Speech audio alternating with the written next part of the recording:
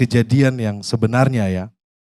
Karena posisi klien saya itu duduk di depan rumah Saguling, kemudian dipanggil oleh saudara Ricky Rizal.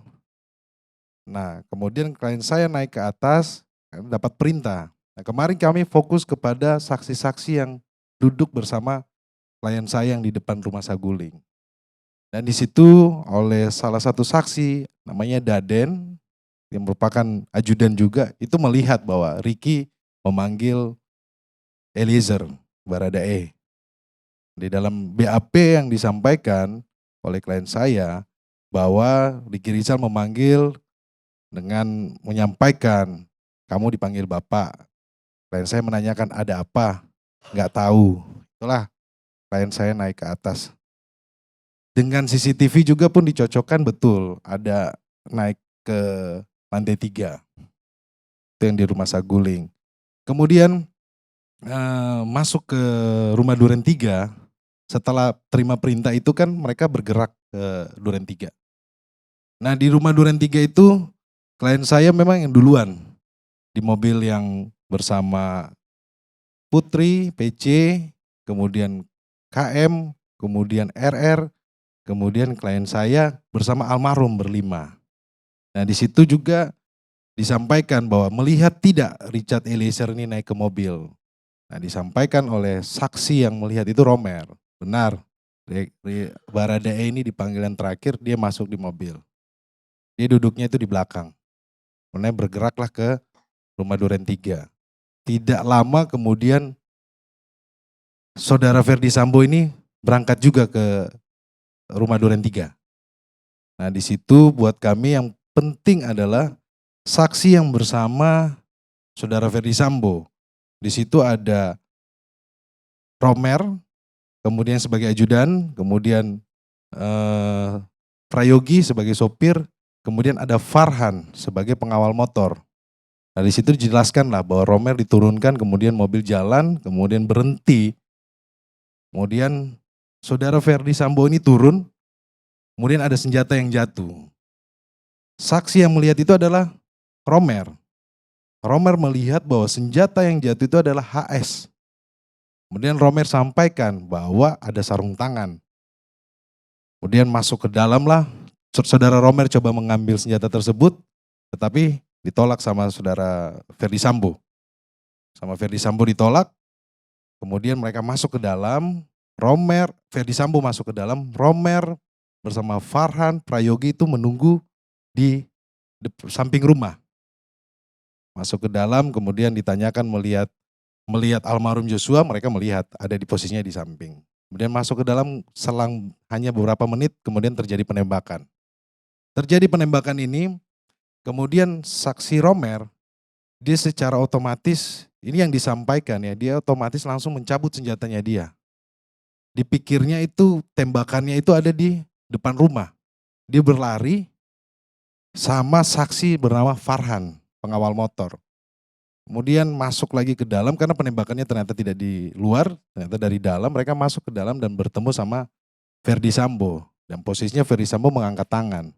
Romer sudah mengokang pistol, sudah menuju ke Ferdi Sambo. Terus kemudian Ferdi Sambo sampaikan, itu ada masalah di dalam ya, ini ada ibu di dalam gitu. Ada masalah di dalam. Akhirnya Romer masuk ke dalam. Nah disitulah Romer bertemu sama Richard Eliezer. Kemudian Romer menanyakan, ada apa Cat? Dengan tangan gemetar, Richard menyampaikan, saya refleks bang. Tapi tangannya gemetar.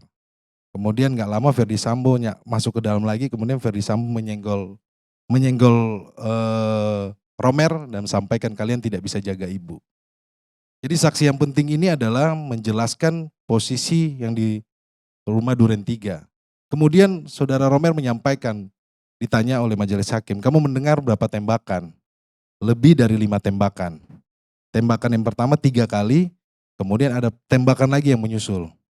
Nah itu juga pun ditanyakan kepada saksi Prayogi dan Farhan, mereka menyampaikan seperti itu.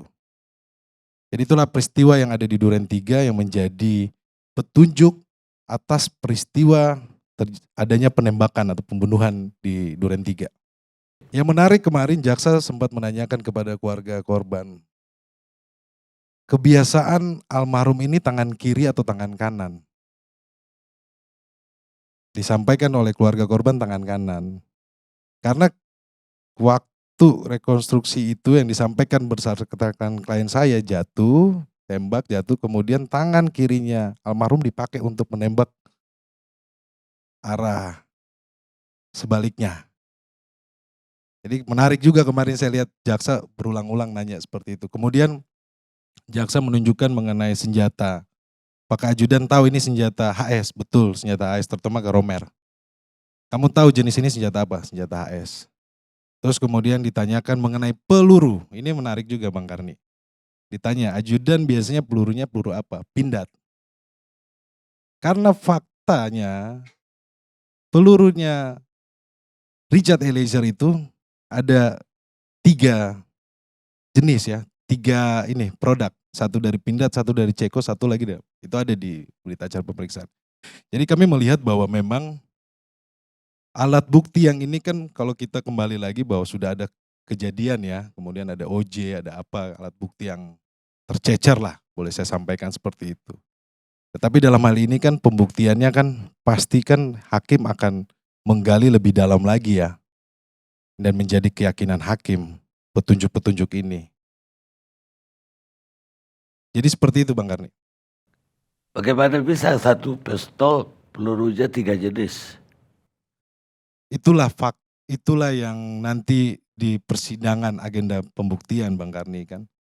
Jadi kami sedang mempelajari berkas, kami melihat bahwa memang faktanya adalah peluru-peluru ini peluru dari Richard Eliezer. Makanya kalau Ini yang dia hanya pegang satu pistol. Cuma kan kita harus ingat bahwa ketika Richard Eliezer menyerahkan pistol, dihitung pelurunya ada berapa? Ada 12 dari 15. Tetapi di TKP itu pelurunya adalah peluru Richard Eliezer, ada 8. Nah hal-hal seperti ini yang pastinya nanti kita akan uji di persidangan Bang Karni. Ya, kalau saya tertariknya 3 jenis tadi itu. Karena peluru AS itu gak bisa dipakai ke Glock. Betul. Begitu juga sebaliknya. Richard Eliezer menyampaikan bahwa saudara Ferdy Sambo menembak pakai Glock.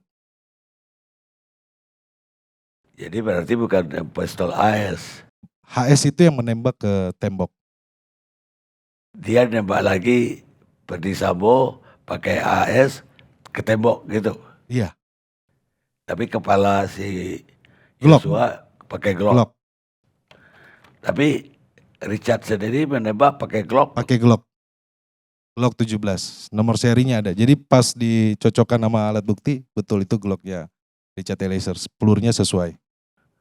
Jadi ada 2 Glock di peristiwa Di itu. TKP. Satu punyanya Ferdy Sambo, satu punyanya Richard Eliezer.